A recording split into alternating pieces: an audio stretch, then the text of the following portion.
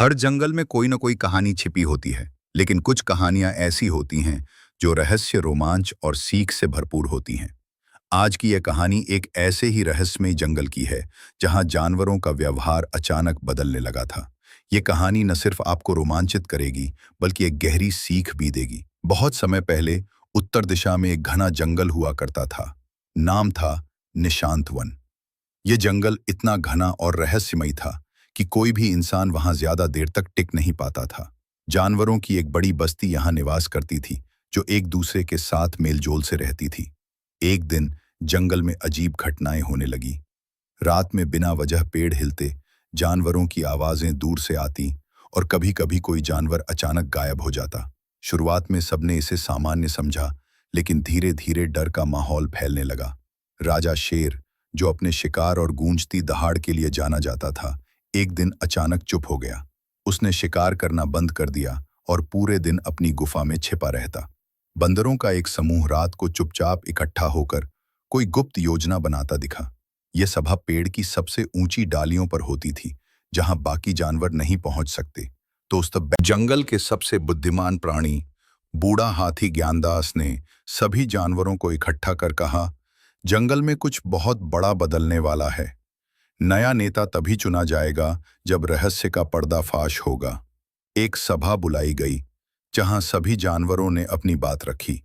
निर्णय हुआ कि जो रहस्य को सुलझाएगा वही जंगल का अगला नेता बनेगा।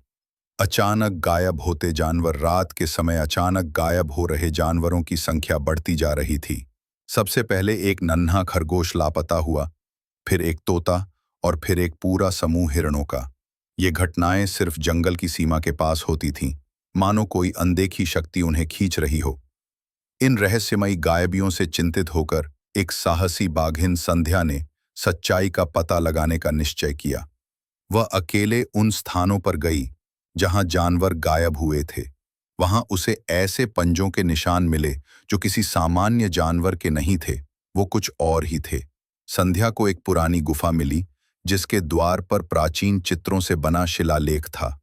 उसमें लिखा था, इस गुफा को खोलने वाला अतीत के शाप को जागृत करेगा। शापित गुफा की कहानी जंगल के बुजुर्ग जानवरों ने सुनाई थी, लेकिन किसी ने उस पर कभी यकीन नहीं किया।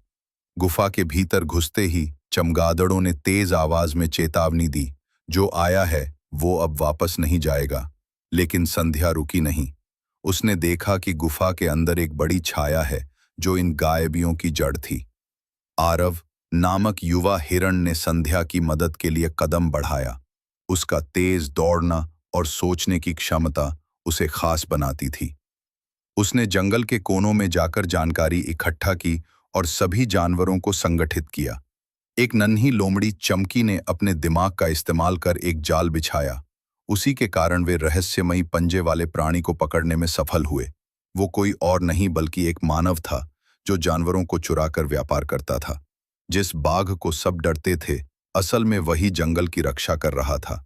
उसकी गुफा में ही उसने कई जानवरों को छिपाकर सुरक्षित रखा था। जब सब जानवरों ने मिलकर योजना बनाई, तो जंगल की एकता ने वह कर दिखाया जो अकेले कोई नहीं कर सकता था। मानव को भगा दिया गया और जंगल में फिर से शांति लौट आई। हर रहस्य डरावना नहीं होता। कई बार वो हमारी बहादुरी और समझदारी की परीक्षा होती है। डर को समझदारी से हराना सबसे बड़ी ताकत होती है। इस कहानी से यह भी समझ आता है कि हमें प्रकृति और उसमें रहने वाले जीव जंतुओं की रक्षा करनी चाहिए। उनके बिना हमारा जीवन अधूरा है।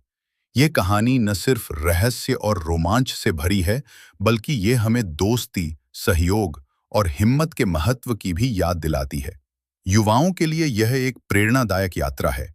जैसे आरव और चमकी ने अपने छोटे-छोटे प्रयासों से बड़ा बदलाव लाया, वैसे ही युवा पाठक भी अपने प्रयासों से समाज और पर्यावरण में सकारात्मक बदलाव ला सकते हैं। वीडियो अच्छी लगे तो वीडियो को लाइक और चैनल को सब्सक्राइब कर दीजिए, जिससे और भी अच्छी कहानी और सच्ची घटना आपके सामने ला सकूं।